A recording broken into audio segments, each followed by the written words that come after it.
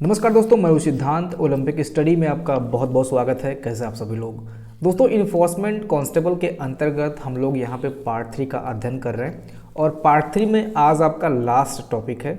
आप यहां पे देख सकते हैं, सड़क दुर्घटना को कम करने के संबंध में केंद्र एवं राज्य सरकार द्वारा उठाए जाने वाले विशेष कदम, ये पहला टॉपिक है आपका। इसके बाद में आपको पढ़ना है मोटर वाहन अधिनियम 2019 में उल्लिखित व्यवस्थाएं, ये आपका दूसरा टॉपिक है। और इसके बाद में आपको पढ़ना है सड़क दुर्घटना होने के फलस्वरूप जान माल की क्षति को कम किए जाने के संबंध में उपाय, ये आपका तीसरा टॉपिक है। और इसके बाद में सड़क दुर्घटना होने पर चालक एवं सामान्य नागरिक के कर्तव्य, गुड समैरिटन की अवधारणा और उनके अधिकार, ये आपका चौथा टॉपिक है। यानी कि देखा जाए तो यहाँ पे 4 टॉपिक आपको इस टॉपिक के अंतर्गत पढ़ना है, ठीक है। और ये पार्ट बहुत ही महत्वपूर्ण है। पुनः आपको मैं बता दूं कि 25 नंबर का ये पार्ट आपकी परीक्षा में पूछा जाएगा। जो भी छात्र प्रवर्तन कांस्टेबल एग्जाम की कंप्लीट प्रिपरेशन करना चाहते हैं, समग्र अध्ययन करना चाहते हैं और इसमें सिलेक्शन लेना चाहते हैं, आप सभी लोग हमारा एप्लीकेशन ओलंपिक स्टडी डाउनलोड कर लीजिए, जिसका लिंक मैंने कमेंट बॉक्स में और डिस्क्रिप्शन बॉक्स में पिन कर दिया है। आप सभी लोग वहां से क्लिक करके एप्लीकेशन को डाउनलोड कर लीजिए। इन्फोर्समेंट कांस्टेबल की समग्र क्लासेस आपको एप्लीकेशन पे ही कराई जा रही हैं। एप्लीकेशन पर आपको पीडीएफ मिल जाएगा, ठीक है। इसके बाद में कंप्लीट एक एक टॉपिक का वीडियो एक्सप्लेनेशन मिल जाएगा।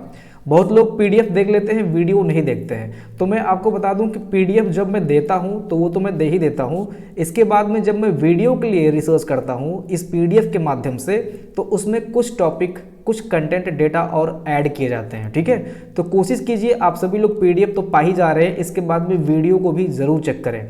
और जितने भी टेस्ट आपको कराए जा रहे हैं, ठीक है, अभी तक हमने 3 से 4 टेस्ट, फुल लेंथ टेस्ट दे दिए हैं। इसके बाद में डेली बेसिस पर जो छात्र इनरोल करना, आप सभी लोग मुझे स्क्रीनशॉट दे देना, ठीक है। जहां पे भी आप पेमेंट करेंगे उसका स्क्रीनशॉट मुझे सेंड कर देना टेलीग्राम पर डेली, ठीक है। रात में 9 बजे इसका लाइव टेस्ट होता है, ठीक है। लगभग 15 से 20 प्रश्न आपका डेली लाइव टेस्ट कराया जाता है टेलीग्राम पे। तो आप सभी लोग टेलीग्राम के लिए जब भी आप पेमेंट करें तो मुझे जरूर सूचना दें, ताकि मैं टेलीग्राम ग्रुप में आपको ऐड कर दूं, ठीक है। तो ये सारी सूचनाएं हैं। समग्र अध्ययन करने के लिए आप सभी लोग एप्लीकेशन को डाउनलोड कर लीजिए। बढ़ते हैं बिना किसी देरी के आज के सेशन में। पहला टॉपिक हम लोग उठाते हैं, जिसमें केंद्र सरकार के द्वारा जो विशेष कदम उठाए गए हैं इसको देखेंगे। इसके बाद में राज्य सरकार के द्वारा, और इसके बाद में हम पूरे विश्व में भी, ठीक है, विश्व में भी जो एक्सीडेंट वगैरह होता है उससे संबंधित क्या कदम उठाए गए हैं इसको भी देखने वाले हैं, ठीक है। तो स्टार्ट करते हैं आज का टॉपिक। देखिए, भारत में सड़क सुरक्षा के लिए क्या पहल की गई, पहले हम लोग देखते हैं सरकारी पहलें, ठीक है। सरकारी पहलों का लिस्ट मैंने यहाँ पे दे दिया है। यहाँ एक ही बार में मैंने लिस्ट दे दिया है, आप सभी लोग यहाँ पे देख सकते हैं। पहला आप यहाँ पे देख सकते हैं, जो कि मोस्ट इम्पोर्टेंट की कैटेगरी में है, ये है एस सुंदर समिति के अनुसार राष्ट्रीय सड़क सुरक्षा नीति, नेशनल रोड सेफ्टी पॉलिसी 2010।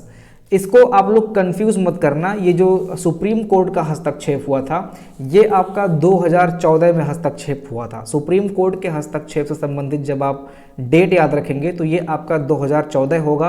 और यहाँ पे जो 3 सदस्यीय पैनल, कितने सदस्यीय पैनल, 3 सदस्यीय पैनल, ये भी आप याद रखेंगे। और इस पैनल का गठन का जो हेड थे ये थे न्यायमूर्ति KS राधाकृष्णन पैनल। तो ये दोनों नाम में आप कंफ्यूज मत होना, और ये 2014 वाला 2010 में मत लगा देना। ये 10 का जो पैनल है, 10 में जो समिति बनाई गई थी, इसके जो अध्यक्ष थे ये एस सुंदर समिति थी, ठीक है। यानी कि एस सुंदर इसके अध्यक्ष थे। और यहाँ पे सुप्रीम कोर्ट में जो अध्यक्ष थे वो न्यायमूर्ति KS राधाकृष्णन पैनल। तो ये दोनों अलग चीज़ें हैं, ठीक है। तो आपने देखा ये जो सुंदर समिति बनाई गई थी राष्ट्रीय सड़क सुरक्षा से संबंधित, जिसको हम लोग इंग्लिश में नेशनल रोड सेफ्टी पॉलिसी यानी कि NRSP बोल देते हैं, ये गठित किया गया था 2010 में। अगर मैं बात करूं इसकी मंजूरी की, तो इसकी मंजूरी दोस्तों 15 मार्च 2010 को दी गई थी, ठीक है। इसकी मंजूरी कब दी गई थी, तो 15 मार्च 2010 को इसकी मंजूरी दी गई थी। और इस नीति का जो मेन एम था वो था जागरूकता, ठीक है, आप लोग लिख लीजिए। इसका जो मेन उद्देश्य था ये जागरूकता था। इसके बाद में डेटा बेस तैयार करना, जितने भी रोड सेफ्टी से संबंधित चीज़ें हो सकती हैं उसका डेटा बेस तैयार करना। और इसके बाद में अवसंरचना सुधार, ये 3 मेन इसका उद्देश्य था। नंबर 1 जागरूकता, दूसरा डेटाबेस तैयार करना पूरे भारत भर में, और तीसरा है अवसंरचना। तो ये थी एस सुंदर समिति जो कि राष्ट्रीय सड़क सुरक्षा नीति से संबंधित है। ओके, ये भी प्रश्न पूछ सकता है कि एस सुंदर समिति किससे रिलेटेड है, तो राष्ट्रीय सड़क सुरक्षा नीति से संबंधित है। ठीक है, यहाँ पे आप देख सकते हैं सड़क सुरक्षा डेटाबेस और राष्ट्रीय सड़क सुरक्षा परिषद का विकास करना। अब ये राष्ट्रीय सड़क सुरक्षा जो है, इस पे थोड़ा सा मैं प्रकाश डालूंगा। यह एक सलाहकार नीति है। आप लोग याद रखिएगा कि राष्ट्रीय सड़क सुरक्षा परिषद सलाहकार नीति है। ठीक है, सलाहकार नीति है। और इसका जो मोटर वाहन अधिनियम है, ठीक है, जो मोटर वाहन अधिनियम 1988 है, इसकी धारा 215 के तहत ये गठित है। ठीक है, धारा 215 के तहत ये गठित है राष्ट्रीय सड़क सुरक्षा परिषद। ठीक है, इस धारा का उपयोग करके राष्ट्रीय सड़क सुरक्षा परिषद का गठन किया गया है। ये आप थोड़ा सा फैक्ट है, ये आप याद रखिएगा। ठीक है, तीसरा है आपका दोस्तों मोटर वाहन संशोधन अधिनियम 2019, जो कि 1988 का ही एक तरह से संशोधन है। पुनः इसमें संशोधन किए गए ताकि चीज़ें और सुरक्षित रहें, सड़क परिवहन और सुरक्षित रहे। इसके बाद में एक है आपका सड़क परिवहन अधिनियम 2007। तो यहाँ से भी प्रश्न बन सकता है कि सड़क परिवहन अधिनियम 2007 किस चीज़ से संबंधित है। ठीक है, ये सड़क परिवहन अधिनियम 2007 जो हुआ था, यह किस विषय वस्तु से संबंधित है, तो ये आप मार्क करेंगे माल का परिवहन। ठीक है, ये जो सामान होते हैं उससे संबंधित ये संशोधन किया गया था। ठीक है, तो 2007 का जो संशोधन है, 2007 का जो अधिनियम आया था, ये माल के परिवहन से संबंधित है। ये आप याद रखिएगा। ठीक है, माल परिवहन से संबंधित कौन सा अधिनियम है, तो 2007 वाला जो अधिनियम है ये माल से संबंधित है। इसको डिटेल में नहीं पढ़ना है क्योंकि इसमें बहुत सारी धाराएं दे रखी हैं। टोटल इसमें 22 धाराएं हैं। ठीक है, इसके बाद में आपका है राष्ट्रीय राजमार्ग नियंत्रण भूमि और यातायात 2000। ये जो अधिनियम है, आप लोग देखते होंगे सड़कों पर लोग कब्जा कर लेते हैं। ठीक है, तो ये कब्जा से संबंधित भूमि है, जमीन का विश्लेषण करता है। तो राष्ट्रीय राजमार्ग नियंत्रण भूमि और यातायात अधिनियम जो है ये 2000 में आया था, ये याद रखिएगा। और ये किस चीज़ से संबंधित है, तो ये राष्ट्रीय राजमार्गों के भीतर जो भूमि नियंत्रण है उससे संबंधित है। और इसकी जो प्रवर्तन तिथि है यानी कि लागू होने की तिथि है, तो 2000 में आया था और 2005 में ये लागू हुआ था। ठीक है, नेक्स्ट है आपका भारतीय राष्ट्रीय राजमार्ग प्राधिकरण अधिनियम 1998।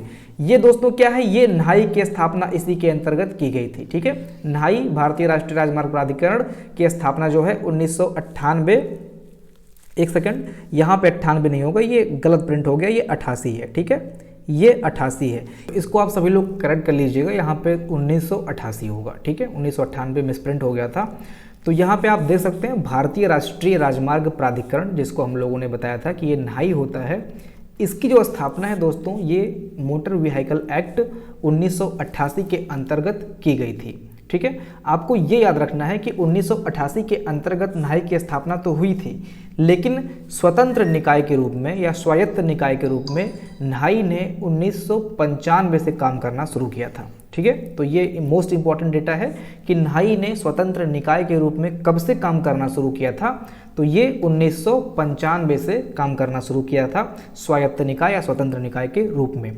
न्हाई का मेनली काम अगर हम देखें तो आप लोग जानते होंगे कि जो टोल प्लाजा होता है, ठीक है, टोल प्लाजा होता है, यहाँ से गाड़ियाँ निकलती हैं और उन पर टैक्स लगता है। तो टोल प्लाजा पर वाहन की श्रेणियों के अनुसार जो टैक्स का निर्धारण होता है वो आपका न्हाई करता है। इसके बाद में जितने भी राष्ट्रीय राजमार्ग वगैरह हैं, सड़कें हैं, उनकी जो देखभाल है वो भी न्हाई के अंतर्गत आता है। ठीक है, इसके बाद में मैं बात करूँ न्हाई का जो और काम है, आपने देखा होगा जो परियोजनाएं होती हैं, परियोजनाएं, ठीक है, जितनी भी परियोजनाएं सड़कें होती हैं, जैसे आपका स्वर्णिम चतुर्भुज योजना हो गया, भारतमाला, सागरमाला, ये सारी परियोजनाएं जो आई हैं उनका भी जो नियंत्रण होता है वो न्हाई के माध्यम से होता है। तो ये सारी चीज़ें न्हाई के बारे में मैंने आपको बता दी हैं। अब हम देखते हैं जितनी चीज़ें मैंने आपको यहाँ पे बताई हैं उसका डेटा मैंने यहाँ पे नीचे लिख रखा है। ठीक है, तो लाइन से देखते हैं। पहले हम देखते हैं 2014 का। ठीक है, 2014 का देखेंगे, इसके बाद में फिर आपका 2010 का देखेंगे, इसके बाद फिर 2007 का देखेंगे, ठीक है, इसके बाद में 2019 का भी देखेंगे, इसके बाद में और भी जो महत्वपूर्ण यहाँ पे अधिनियम वगैरह होंगे या कोई योजना वगैरह होगी तो उसको हम देखेंगे, ठीक है। तो पहले चर्चा कर लेते हैं 2014 वाले की।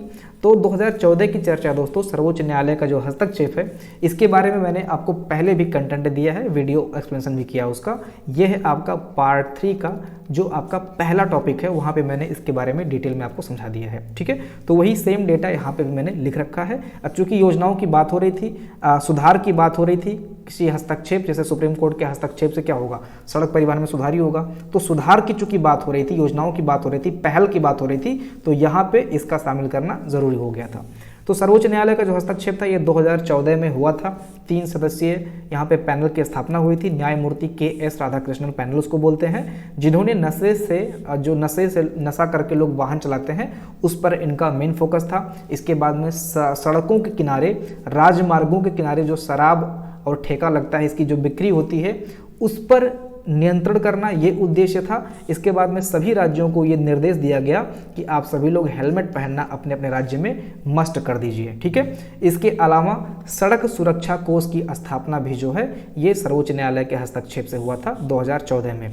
सड़क सुरक्षा कोष, इसके बाद में जिला सड़क सुरक्षा समिति, ठीक है, और सड़क सुरक्षा परिषद, ये सारी चीज़ें जो हैं सर्वोच्च न्यायालय के हस्तक्षेप के माध्यम से हुई थी। स्कूलों के शैक्षणिक पाठ्यक्रम में भी सड़क सुरक्षा को शामिल करना, तो ये सारी चीज़ें जो है दोस्तों इसी के माध्यम से हुई थी 2014 में, ठीक है। इसके बाद में 2017 में भी इसको थोड़ा सा एक बार क्या किया गया था, संशोधन किया गया था, ठीक है, संशोधन किया गया था 2017 में। तो आप लोग पार्ट 1 देख लीजिएगा, वहाँ पे डिटेल में मैंने सारी चीज़ें बता रखी हैं। इसके बाद में 2010 जो भी मैंने स्टार्टिंग में वीडियो में बताया था, नेशनल रोड सेफ्टी पॉलिसी 2010 जो कि एस सुंदर समिति के अनुसार लाई गई थी।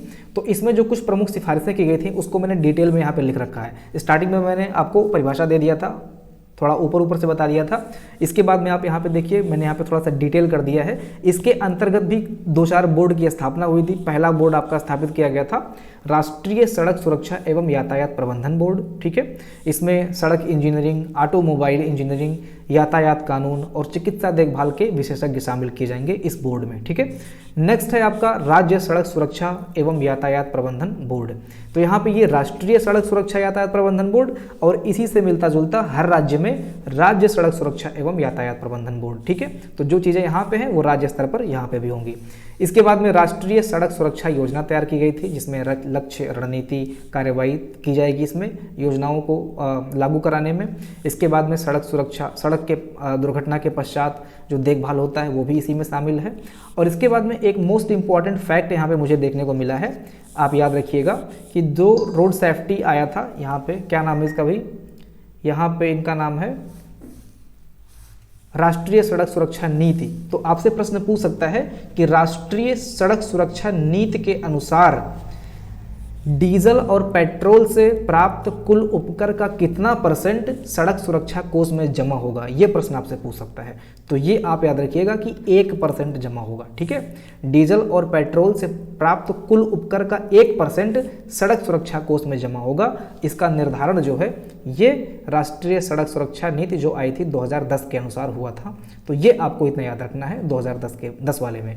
इसके बाद में 2019 का आता है। तो 2019 का यहाँ पे मैंने 3-4 लाइन तो लिख दिया है, लेकिन आगे 2019 को मैंने डिटेल में कवर किया है, ठीक है, क्योंकि ये आपके टॉपिक में मेंशन किया है कि मोटर वाहन संशोधन अधिनियम 2019 को डिटेल में आपको पढ़ना है। तो आगे आपको डिटेल में बताया जाएगा, बाकी थोड़ा सा मैंने यहाँ 2-3 लाइन लिख दिया है। तो इसके लिए अभी आगे हम लोग डिटेल में इसको पढ़ने वाले हैं, ठीक है। तो इसको छोड़ते हैं अभी। इसके बाद में सड़क मार्ग वाहन अधिनियम 2007, जिसकी मैंने चर्चा की, जो माल वाहन होता है ना, माल वाहन जो माल ढोते हैं गाड़ियाँ, उससे संबंधित ये प्रावधान है। और माल के मूल्य की घोषणा करता है ताकि ऐसे सामानों के नुकसान या क्षति के लिए उनकी देयता का निर्धारण किया जाए। भाई गाड़ी जा रही है, अगर कुछ नुकसान हो गया, एक्सीडेंट हो गया, तो अब जब गाड़ी लड़ गई तो सामान भी तो कहीं ना कहीं क्षति होगा, सामान का भी क्षति हो जाएगा। तो कितनी क्षति हुई, कितना सामान था, उसके मूल्य का निर्धारण जो है ये सड़क मार्ग वाहन अधिनियम 2007 के माध्यम से किया जाता है। और निर्धारित मान्य के अनुसार जो भी वहाँ पे निर्धारण होता है मूल्य का, उसके अनुसार फिर मुआवजा वगैरह दिया जाता है, ठीक है। इसके बाद में आपका है राष्ट्रीय राजमार्ग नियंत्रण भूमि और यातायात अधिनियम, जो कि मैंने बताया कि जो सड़कों पर अवैध कब्जा होता है, ठीक है, राजमार्गों के भीतर जो भूमि का नियंत्रण होता है या कब्जा होता है, ये सारी चीज़ें जो है ये इस अधिनियम के अंतर्गत देखी जाती हैं। तो सारी चीज़ें मैंने आपको बता दी हैं ऑलरेडी पहले से। फिर अगेन वही यहाँ पे आप देख सकते हैं भारतीय राष्ट्रीय राजमार्ग अधिनियम, भारतीय राष्ट्रीय राजमार्ग, ये भी हो गया NHAI, ठीक है, तो इसकी भी चर्चा ऊपर मैंने कर ली है। आगे आते हैं, यहाँ पे आप देख सकते हैं NHAI ने 1995 से स्वायत्त निकाय के रूप में कार्य करना शुरू किया था, ये आप याद रखेंगे, स्वायत्त निकाय के रूप में कार्य करना यहाँ पे शुरू किया गया।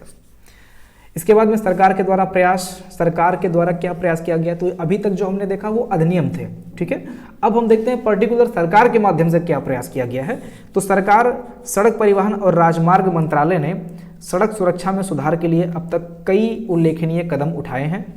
मंत्रालय ने राष्ट्रीय सड़क सुरक्षा नीति के तहत विभिन्न नीतिगत उपाय की रूपरेखा तैयार की है, ठीक है। इसमें आपका सर्वोच्च निकाय के रूप में राष्ट्रीय सड़क सुरक्षा परिषद का गठन किया जाएगा, तो ये आप याद रखिएगा, ठीक है। सड़क सुरक्षा से देखभाल के लिए भारत में जो सर्वोच्च निकाय स्थापित हुआ है उसका नाम क्या है, तो उसका नाम राष्ट्रीय सड़क सुरक्षा परिषद है, ठीक है। ये प्रश्न बन सकता है कि सड़क सुरक्षा के संबंध में जो सर्वोच्च निकाय है भारत में वो राष्ट्रीय सड़क सुरक्षा परिषद है। ओके, आगे बढ़ें। इसके बाद में सड़क सुरक्षा के बारे में लोगों को जागरूकता फैलाने के उद्देश्य से स्वच्छ सफ़र और सुरक्षित यात्रा नाम से 2 कॉमिक्स बुक भी जारी किए गए। कॉमिक्स बुक इसलिए जारी किया जाता है क्योंकि उसमें जो लेखनी रहती है वो बड़ी आसान भाषा में रहती है, अट्रैक्टिव रहती है, आकर्षक होती है देखने में, ठीक है, और यहाँ पे चित्रण के माध्यम से चीज़ों को प्रस्तुत किया जाता है। तो यहाँ पे 2 कॉमिक बुक यहाँ पे जारी किए गए हैं, एक आपका है स्वच्छ सफ़र और दूसरा है सुरक्षित यात्रा। इस 2 नाम से कॉमिक बुक जारी किया गया है जो कि सड़क सुरक्षा से संबंधित है, ठीक है। तो प्रश्न बन सकता है कि ये दोनों कॉमिक्स किस चीज़ से संबंधित है, तो ये भी सड़क सुरक्षा से संबंधित है। इसके बाद में वाहन और सारथी नाम के 2 ऐप भी शुरू किए गए हैं ताकि लाइसेंस और वाहन पंजीकरण जारी होने में भ्रष्टाचार को नियंत्रण किया जाए। वाहन जो ऐप है ये वाहन पंजीकरण सेवा को ऑनलाइन संचालित करने के लिए है, यानी कि जो वाहन का रजिस्ट्रेशन होता है, ठीक है, रजिस्ट्रेशन ऑफ वाहन ये जो होता है ये वाहन ऐप के माध्यम से किया जाता है। और सारथी जो है ये ड्राइविंग लाइसेंस जो बनता है, DL जो बनता है, उसके लिए ये ऑनलाइन पोर्टल है। तो वाहन जो पोर्टल है ये रजिस्ट्रेशन के लिए है और सारथी जो पोर्टल है ये DL के लिए, ठीक है। इसके बाद में आपका नेक्स्ट पॉइंट है सेतु भारतम कार्यक्रम के तहत वर्ष 2019 तक भारत के सभी राष्ट्रीय राजमार्गों को रेलवे क्रॉसिंग से मुक्त किया जाएगा, ठीक है। तो यहाँ पे आप देख सकते हैं 2019 तक भारत के सभी राजमार्गों को, राष्ट्रीय राजमार्गों को रेलवे क्रॉसिंग से मुक्त किया जाएगा। ब्रिज वगैरह बना दिया जाएगा ऊपर से, ताकि जो वेट होता है क्रॉसिंग का, भाई गाड़ी आ रही है तो गेट बंद कर दिया गया तो लोग वेट करते हैं, वहाँ पे क्या है समय का नुकसान होता है। तो ब्रिज के माध्यम से या बाईपास के माध्यम से ये जो है 2019 तक ये काम पूरा कर लिया जाएगा। इसके बाद में सड़क सुरक्षा को एक गंभीर मुद्दा मानते हुए वर्ष 2015 में भारत ने ब्राजीलिया घोषणा पर हस्ताक्षर किया था और सड़क दुर्घटनाओं तथा मृत्यु दर को आधा करने के लिए अपनी प्रतिबद्धता जाहिर की गई थी, ठीक है। अब यहाँ पे बात हो गई ब्राजीलिया घोषणा की, तो ये दोस्तों इंटरनेशनल मुद्दा है, ठीक है। अब यहाँ पे हम बात कर लेते हैं वैश्विक पहल की, ठीक है।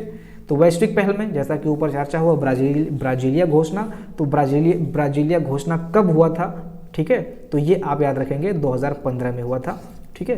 तो ब्राजीलिया घोषणा कब हुआ था, कब इसका उद्देश्य आया था, तो 2015 में आया था। इस घोषणा का उद्देश्य सतत विकास लक्ष्य 3.6 को प्राप्त करना है, जिसका लक्ष्य 2030 तक सड़क दुर्घटना से होने वाली वैश्विक मौतों और चोटों को 50% तक कम करना। भारत ने इस पर 2015 में हस्ताक्षर किए थे, तो ये आपको याद रखना मोस्ट इंपॉर्टेंट फैक्ट है, ठीक है। भारत ने ब्राजीलिया घोषणा पर 2015 में हस्ताक्षर किया था, जिसका उद्देश्य है 2030 तक जो एक्सीडेंट होता है और जो चोटें होती हैं, मौतें होती हैं, उसको 50% तक कम करना है। कितने टाइम तक, तो 2030 तक, यानी कि ब्राजीलिया घोषणा 2030 तक के लिए है कि जो 50% चोट है, मौत है, उसको कम कर देना है, ठीक है। तो यहाँ से 2-3 प्रश्न बन सकता है ऐसे करके। इसके बाद में आपका सड़क सुरक्षा के लिए कार्यवाही का दशक, तो सड़क सुरक्षा कार्यवाही का दशक जो है ये 2021 से 2030 तक, ठीक है। मतलब यहाँ पे बहुत सारी चीज़ें पहल की गई हैं, इसलिए इसको बोला जा रहा है कि सड़क सुरक्षा का ये दशक माना जा रहा है। तो सड़क सुरक्षा के लिए संयुक्त राष्ट्र की कार्यवाही का दूसरा दशक 2021 से 2030 सड़क सुरक्षा में वही चीज़ें हैं दोस्तों, ठीक है, सेम। इसके बाद में स्टॉकहोम घोषणा के अनुरूप है जो भी चीज़ें हैं, ठीक है, आप उसको देख लीजिएगा, बहुत ज़्यादा इसमें कुछ है नहीं। इसके बाद में Bloomberg initiative for global road safety 2020 से 25, इस पहल का लक्ष्य जो है जीवन रक्षक उपायों को लागू करके निम्न और मध्यम आय वाले देशों और शहरों में सड़क यातायात से होने वाली मौतों को और चोटों को कम करना है, ठीक है। इसके बाद में आपका आता है अंतर्राष्ट्रीय सड़क मूल्यांकन कार्यक्रम, जो कि IRAP बोला जाता है। यह एक पंजीकृत चैरिटी है जो दुनिया भर में उच्च जोखिम वाली सड़कों को खत्म करके जीवन बचाव के लिए समर्पित है। तो ये IRAP जो है ये किस लिए है, तो दुनिया भर में जो उच्च जोखिम की सड़कें हैं जहां पे एक्सीडेंट बहुत ज़्यादा होते हैं उनको खत्म करना इस IRAP यानी कि अंतर्राष्ट्रीय सड़क मूल्यांकन कार्यक्रम का उद्देश्य है। और ये क्या है, एक पंजीकृत चैरिटी है, ठीक है। इसके बाद में बढ़ती सड़क दुर्घटनाओं के कारण क्या हो सकते हैं जिससे एक्सीडेंट ज़्यादा हो रहा है, तो कानून प्रवर्तन की समस्या, यानी कि कानून का अच्छे रूप से फोर्सली पालन नहीं किया जा रहा है, यातायात नियमों का उल्लंघन लोग कर रहे हैं, ट्रैफिक इंजीनियरिंग है, और आपातकाल चिकित्सीय सुविधाओं का अभाव है। कहीं एक्सीडेंट हो जाता है तो समय पर अगर पहुंच जाए आदमी तो वहाँ पे चिकित्सा के माध्यम से उसको सही किया जाता है, लेकिन उस चिकित्सा का ही अभाव है वहाँ पे, निगरानी की कमी, इसके बाद में गुणवत्तापूर्ण ड्राइविंग स्कूलों की कमी। तो ये कुछ कारण यहाँ पे दिए हैं जो कि सड़क दुर्घटना से संबंधित है, ठीक है। आगे बढ़ते हैं।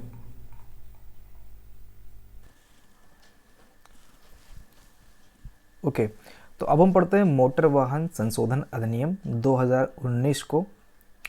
देखिए 2019 का जो मोटर वाहन अधिनियम आया था ये एक्चुअली 2017 में ही आ गया था। ओके, तो 2017 में आ गया था, लेकिन लोकसभा में तो पास हो गया था, लेकिन राज्यसभा में ये पास नहीं हो पाया था। राज्यसभा में ये पास नहीं हो पाया था, इसलिए ये रुक गया था उस टाइम के लिए। फिर बाद में क्या हुआ कि जो कई राज्य के परिवहन मंत्री होते हैं उनकी बैठक हुई और 3 संशोधन के साथ में पुनः इसको 2019 में लाया गया और 1 सितंबर 2019 को ये लागू कर दिया गया, ठीक है। तो ये थोड़ा सा इसका इतिहास रहा है। जो ये मोटर वाहन अधिनियम आप देख रहे हैं 2019 वाला, ये 2017 में ही लाया गया था, लेकिन ये पास नहीं हो पाया था। लोकसभा में पास हो गया था लेकिन राज्यसभा में ये पास नहीं हो पाया था। बाद में क्या हुआ, जो विभिन्न राज्य के परिवहन मंत्री हैं उनकी बैठक हुई, जिसको हम बोलते हैं मंत्रियों के समूह की बैठक या GOM, ठीक है, GOM। आप बोल सकते हैं गवर्नमेंट ऑफिशियल मिनिस्टर जो होते हैं उनकी बैठक हुई थी और वहाँ से ये 2019 का जो संशोधन है वो पास होके एक कानून के रूप में यहाँ पे आ गया, ठीक है। ये मोस्ट इंपॉर्टेंट है, इसको देखो यहाँ पे मैंने शॉर्ट में समझा दिया है, मोटर वाहन अधिनियम 2019, यहाँ पे मैंने इसको शॉर्ट में लिख दिया है, ठीक है। इसका मैंने शॉर्ट नोट दिया है, लेकिन आवश्यकता पड़ती है तो इसको डिटेल में, जो इसकी प्रमुख धाराएं हैं उसको डिटेल में मैं आपको करा दूंगा एक अलग वीडियो के माध्यम से, ठीक है। और उसका जो मेन महत्वपूर्ण नोट्स हो सकता है, जो धाराओं का नोट्स हो सकता है, वो भी मैं आपको दे दूंगा। तो अभी के लिए इस वीडियो में हम 2019 को शॉर्ट देख लेते हैं, शॉर्ट रिवीजन आप समझ लीजिए इसका है। बाकी अगर आवश्यकता पड़ती है तो इसका फुल डिटेल नोट्स भी आपको दे दिया जाएगा विद वीडियो, ठीक है।